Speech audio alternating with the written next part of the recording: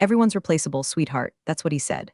Right after I slid the HR form across his polished mahogany desk, right after I explained, calmly, politely, that I'd been here 5 years without a single sick day, with back-to-back A-plus reviews, and all I was asking for was a 5% raise to match inflation. He didn't even read it. Just pushed the paper back with one finger, smiled like I was a child asking for dessert before dinner, and then patted my arm. Full-on pat like I was a golden retriever who just barked budget forecasting. Then he laughed, loud enough to turn heads through the glass walls, looked over at our sales lead and said, "She's a good worker. But come on, they're all good, everyone's replaceable." I didn't blink, I didn't cry. I just stood there as his voice echoed in my ears like a punchline I didn't know I was the butt of. 5 years of giving this company my weekends, my brain, my best ideas, my sleep. 5 years of eating lunch at my desk while he took golf calls on speakerphone like a suburban Gordon Gekko. He offered me a protein bar on the way out, one of those chalky meal replacement things from his drawer stash. Said, "Here, keep your energy up, Janet. Q4's brutal." I walked back to my desk without saying a word. Didn't toss the bar in the trash, didn't scream in the stairwell, didn't even slam the keyboard like Carl in accounting when someone moves his stapler. Just sat down and stared at the desktop background I hadn't changed in 3 years. It was a picture from the corporate retreat, me smiling mid-sunset, holding up a champagne glass after getting thanked for saving the Fortway account. They'd used that picture on the company's LinkedIn for weeks. And in that moment, I realized something. I wasn't angry. I was done. Done being polite, done shrinking, done waiting for someone to notice that I was the damn engine behind 70% of their revenue systems. So yeah, that was the day it all snapped. The day something inside me shifted. You know that click in your brain when someone says the wrong thing at the wrong time and your soul just goes, noted. Let's burn it all down professionally and with precision. And I know you're listening, maybe during your commute, or while rage filing expense reports. If you've ever had a boss call you replaceable after you bled for a job, you get it. If this story hits even a little close to home, hit that like button and subscribe because apparently 95% of folks forget, and we've got more stories like this that'll make you feel very, very seen. Plus, it really motivates our team, which is replaceable, but only if they keep leaving the coffee pot empty. Anyway, that day, after the protein bar and the arm pat, I opened a folder tucked behind my old HR emails. It had one document in it. A document I'd written 3 years ago. A document that, in exactly 9 days, would bankrupt the man who laughed in my face. The document was titled, with all the charm and camouflage of corporate legalese, Supplemental Addendum B Workflow Authorization and Process Ownership Clause. You'd think it governed copier usage or vacation rollover with a name like that. That was the point. 3 years ago, back when the company was hemorrhaging clients faster than the breakroom fridge leaked water, I had pitched a new process, one I built from the ground up, designed to streamline data intake, reporting, and compliance in a way that made audits laughably easy and turned every other department into accidental fans of ops. I called it Janet Flow, half-joking, until it stuck. I presented it to the leadership team like any other project, with mock-ups, projections, and a color-coded slide deck that made even the CFO nod. And when they said yes, I didn't just hand it over. I asked legal to sign off on a clause I wrote myself, buried in the fine print of implementation paperwork. It stated that the core workflow, its design logic, internal tooling, structure, and automated triggers, was licensed to the company for use but remained my intellectual property unless expressly renewed in writing on an annual basis. Back then, they were so desperate for a solution they probably would have signed a clause giving me naming rights to the office dog. Legal approved it. Probably assumed it was boilerplate, but it wasn't. And more importantly, it was never renewed. Not once in 3 years, that morning. Still humming from the slap of humiliation my CEO had dished out like it was casual Friday banter, I pulled open my archive drive. Navigated past old payroll disputes, vendor invoices, and my performance reviews that read like love letters to a system no one understood but desperately needed. There it was. Signed, dated, initialed by legal. No renewal attachments. Suddenly, that moment in his office didn't feel like a loss. It felt like a turning point. He hadn't just dismissed me. He declared himself too arrogant to check the paperwork that held his company together. I sat with that thought, really let it settle in my chest. I wasn't powerless. I wasn't invisible. I was holding the pin to the grenade he'd built his business around. And here's the beautiful, bitter irony. That same afternoon, I knew exactly who would be interested in seeing that document. Greystone Partners, our biggest competitor. The firm that lost 3 major accounts to us in the last 18 months because my workflow made us faster, cheaper, cleaner. The firm whose CEO once told me, over watered-down wine at a charity banquet, "If we ever lose to your team again, I'm just going to offer you a job." I found his direct line. Still had the number saved under Longshot from 2 years ago when I toyed with leaving and chickened out. I dialed. His assistant picked up, said he was booked until next week. I asked her to tell him one thing: I'm Janet from Atwell Group. I'd like to show him a document that could shift 70% of our shared market overnight. There was a pause. Then, can you be here by 3? Yes, I could. By the time I printed the addendum, changed into the emergency blazer I kept behind my door, and called a car, I wasn't even shaking.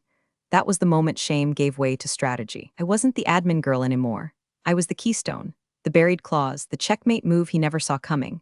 The reception area at Greystone Partners smelled like money and eucalyptus. Big glass walls, muted grays, a front desk that could have doubled as a sushi bar. The kind of place where no one says, let me check, they just know.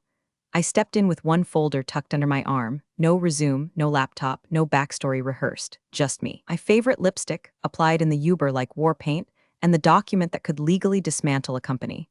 His assistant was already standing. He's ready for you, Miss Carter. The CEO of Greystone, Nathan Reed, was waiting behind a desk that made my old bosses look like a garage sale find. He didn't get up, just motioned to the chair across from him and said, I'm intrigued. I didn't waste time. I placed the folder down like a dealer at a blackjack table. Opened it, turned it to face him. Read that section. Page 3, clause 12. He arched a brow but didn't speak, just flipped, read. His eyes didn't move like someone skimming, they locked in line by line. The silence between us thickened until it hummed.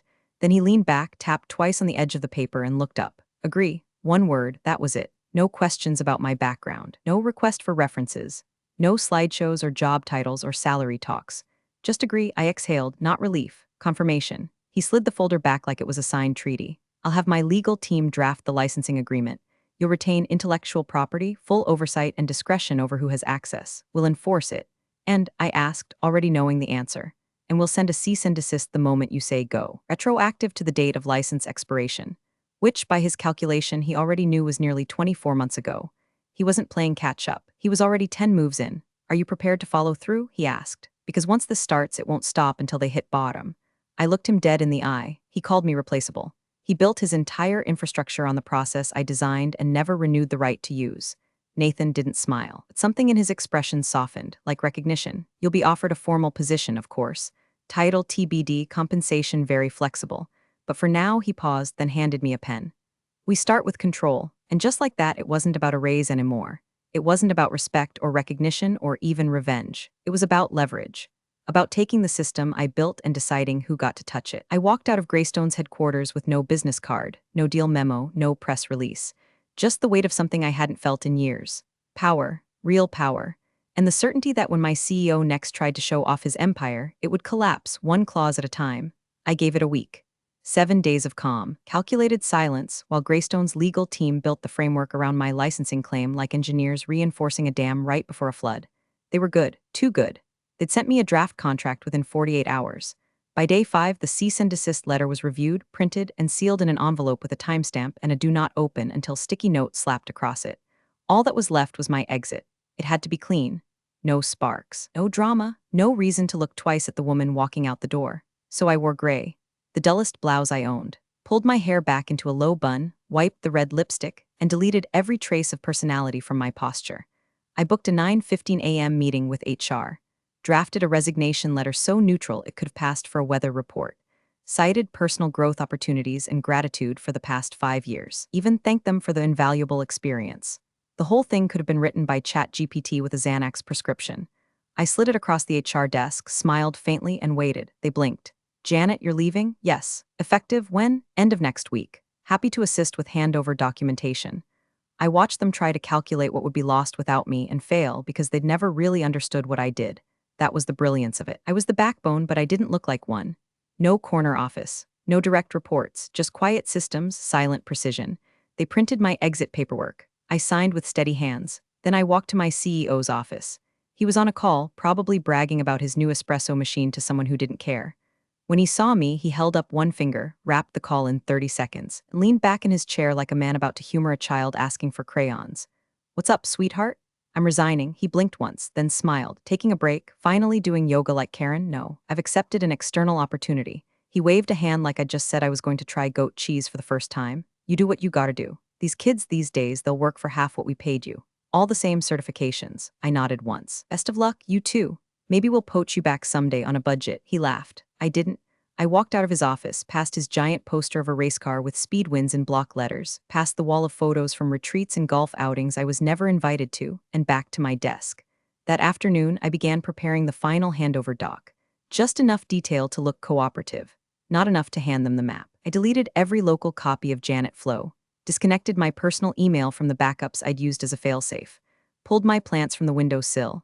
By the time Friday hit, I had 3 thank you cards in my inbox, one awkward hug from finance, and a sugar cookie shaped like the company logo from HR. No suspicion. No hint. They thought I was walking away, but I wasn't. I was just stepping back so I could watch the fall from a better angle. It started with a hiccup. A Tuesday morning email from one of our mid-tier clients. A polite, corporate-scented request. Can you please provide the updated licensing confirmation for your workflow engine? Our procurement team is flagging a renewal discrepancy. That was the phrase that cracked the first tile. Renewal discrepancy. I read it from my phone while sipping coffee on the balcony of my new temporary apartment, which I'd rented under a different name just in case things got loud later. I didn't respond. I didn't forward it. I didn't even screenshot it. I just smiled and took another sip. By noon, 2 more messages trickled into my personal inbox. One from a former colleague in sales, subject line, Janet, quick query, workflow license, and another from the compliance officer, Robert, who had always seemed like the only person in the building who read more than his own email signature. Hey, hope you're well. Weird question, but do you happen to have a copy of the licensing doc for your system? Legal can't seem to locate the renewal. I figured maybe you filed it somewhere I don't have access to. No rush, just let me know.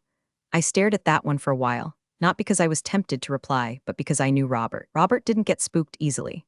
If he was emailing me directly, skipping the new ops lead and pinging a former employee off record, it meant the ground was already shifting. By day 3, I was getting text messages. Hey Janet, sorry to bother you, but did you ever finalize the Q1 license? And do you remember if you were CC'd on the renewal email for Fort Way's contract? They're stalling payment. And my favorite from Carl in accounting, who always spoke like he was about to flee to Mexico. Did you encrypt something before you left? Because our auto-reporting system is outputting PDFs with headers in Spanish. They still had no idea what was happening. And at the helm of the ship, my old CEO, Captain Arrogance himself, still smiling, still brushing it off in meetings as a transition hiccup, telling staff that I was just admin-level support who made forms look pretty. He said that out loud, in front of people. Someone even posted it on Slack. And yet behind the scenes, I could feel the pressure building. One of our oldest clients, Bartwell Financial, froze their weekly data pull and refused to process invoices until they had licensing clarity. Another emailed Greystone, CCing my former CEO, to ask if the platform we'd built was compliant with ownership terms under industry code 74-9B. That wasn't random. That was coordinated. Greystone had begun whispering. I hadn't asked them to. I didn't need to. All I'd done was let them know which clients used my system and when their current license technically expired. Everything else, gravity. No cease and desist had been sent yet, not officially. This was just the rumble, the pre-quake shudder in the floorboards. But inside Atwell Group, they were scrambling, quietly, clumsily, blindly, trying to find files that didn't exist, renewal emails that were never written. As for me, I muted every thread and waited for the crack to split straight through the lobby.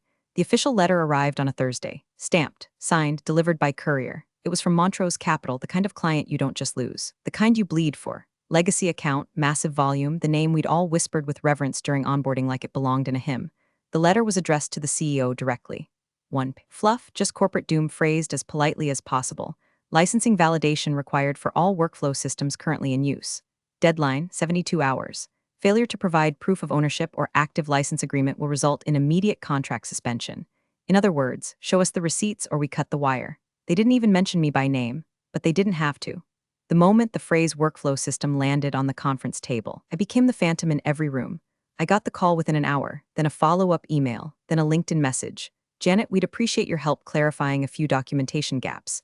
Janet, we believe you may have a version of the original license on file. Janet, we'd love to schedule a call to reconnect. No, no, and no. I didn't answer. I didn't blink. I just watched the wheels spin off the clown car. Inside Atwell Group, chaos bloomed like mold in summer heat. They pulled every archived folder, searched every shared drive, Dropbox, Google Doc, and paper file in the admin closet no one touched since Janine retired. And then they found it. The clause, Clause 12, page 3. Licensing of proprietary workflow system is valid for 12 months from date of last renewal. Non-renewal results in expiration of license and immediate forfeiture of usage rights. Initialed by legal. Signed by me, dated 3 years back. No renewal, no escape hatch, and that's when the screaming started. My old CEO, Mr. Replaceable, was reportedly seen in the Monday strategy call red-faced, pacing, waving the document around like it was a snake. Blamed the legal team first. Then the ops lead.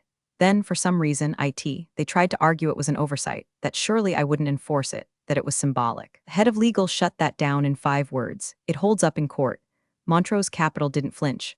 Fortway followed suit, then Argo Partners. 3 major clients, all demanding license confirmation or immediate discontinuation of services.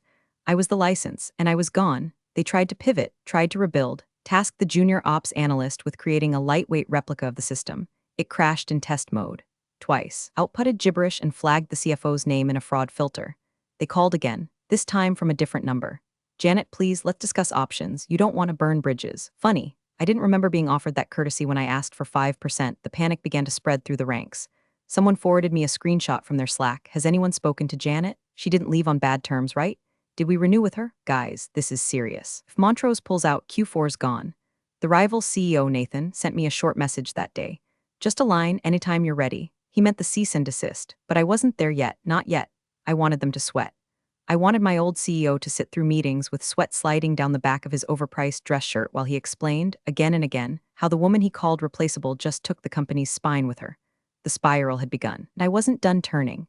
The first call came at 7:42 a.m. I was buttering toast. Blocked number, straight to voicemail. Janet, it's Richard. Just got your number from HR. Look, we've got a situation here. Some kind of misunderstanding around the licensing thing. Call me back when you get this, all right? Let's clear this up like professionals. I didn't respond. The second voicemail hit at 10:03 a.m., less calm. Okay, Janet, listen. Legal says there's this clause you wrote, and apparently it wasn't renewed. Look, I know you're smart, you're detailed, but I'm sure we can find a solution here. Let's not escalate this, yeah? I was doing yoga when that one landed, not because I'm a yoga person, because I like knowing I can hold a warrior pose while my former CEO spirals. By mid-afternoon, he'd left 4 more messages. The tone changed with each one. Voicemail 3, syrupy concern. You value your contributions. Really, we do. But this clause, honestly, it feels petty, Janet. This isn't you. Voicemail 4, cracked pride. You can't seriously intend to go through with this. Do you know what'll happen to the firm, to everyone who relied on you? Voicemail 5, panic. They're pulling out. Montrose is pulling out. That's 40% of Q3 projections gone. You need to get in touch right now. This is your responsibility too. Voicemail 6, begging. Janet, please, just talk to me. I'll sign whatever you want. Name your price. You want a promotion, your title, take mine.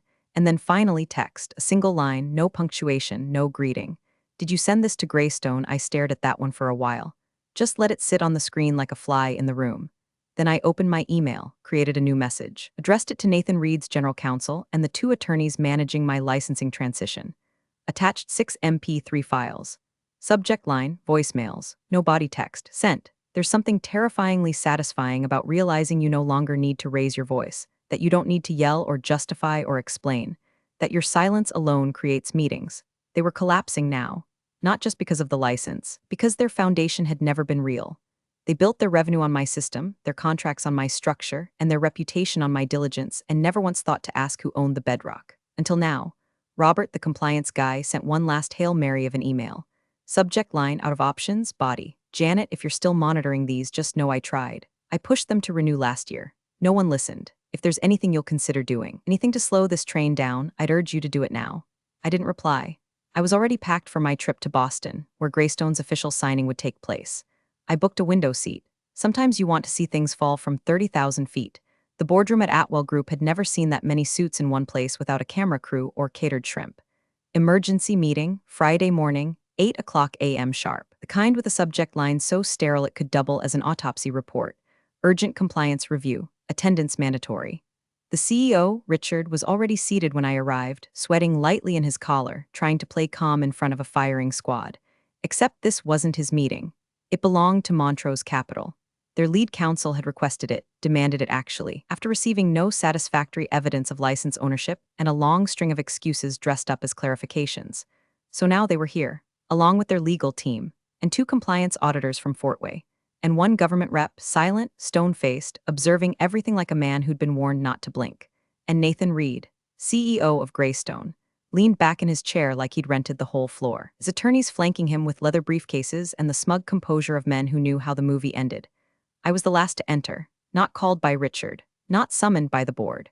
I was there because Montrose requested a representative from the originating licensee of the disputed system. That was me. I walked in without a bag, no laptop, just a slim folder, 1 sheet of paper inside, and the knowledge that I didn't need anything else. Richard blinked when he saw me. His jaw worked like it was trying to form words without breath. Janet, he managed. I'm not here for you, I said. I took the open seat at the far end of the table, opposite him. Someone from Montrose cleared their throat. Shall we begin? The next 40 minutes were everything I'd waited for. They walked through the timeline: date of initial licensing, date of expiration, lack of renewal, continued usage of proprietary architecture. Richard tried to claim ambiguity, said the clause was buried, that it was never meant to be a hard stop, that Janet Flow, he called it that for the first time ever, was a collaborative product.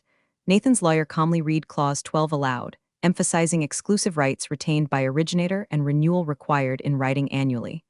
Then the Fort Way rep added flatly, "We've suspended data processing until this is resolved. Any delay puts your federal compliance at risk."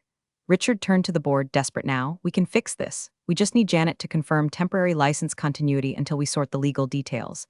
Eyes turned toward me. I opened the folder, pulled out the single page, slid it across the table. "This is the new licensing agreement," I said. "Signed this morning with Greystone Partners, effective immediately. The license is exclusive, non-transferable, non-retroactive." The room dropped 10 degrees. One of the board members actually said, "Jesus Christ."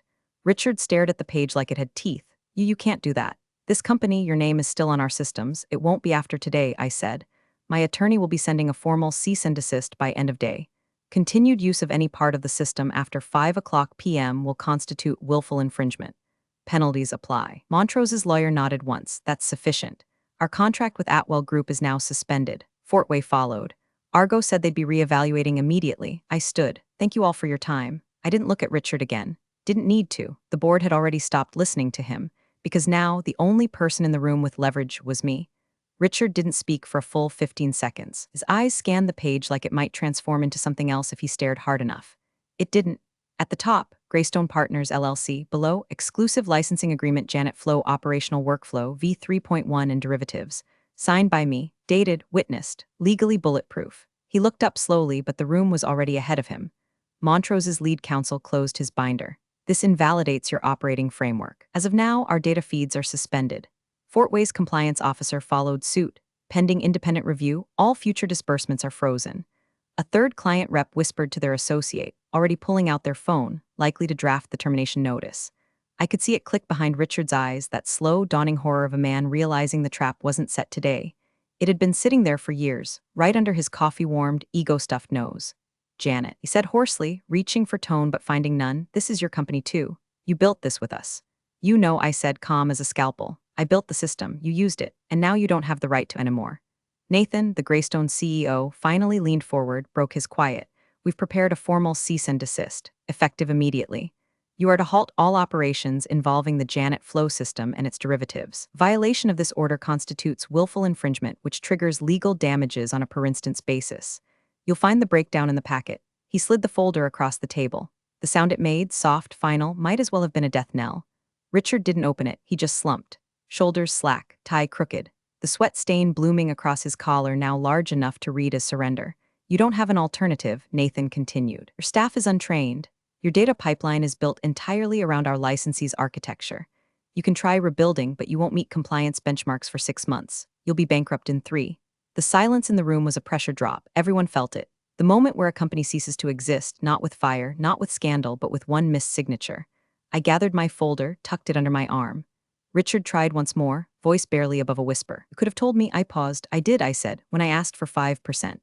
I left the room without another word. The elevator ride down was quiet. I didn't smile, didn't cry, just breathed. Outside, a black car waited, courtesy of Greystone.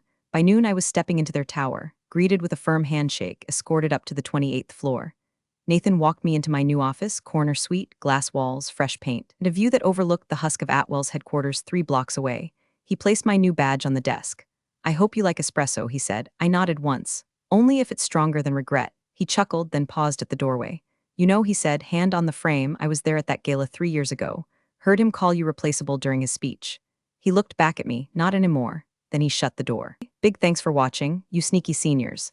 Subscribe to keep the coffee pot brewing revenge. Your ex-colleagues won't know what hit him.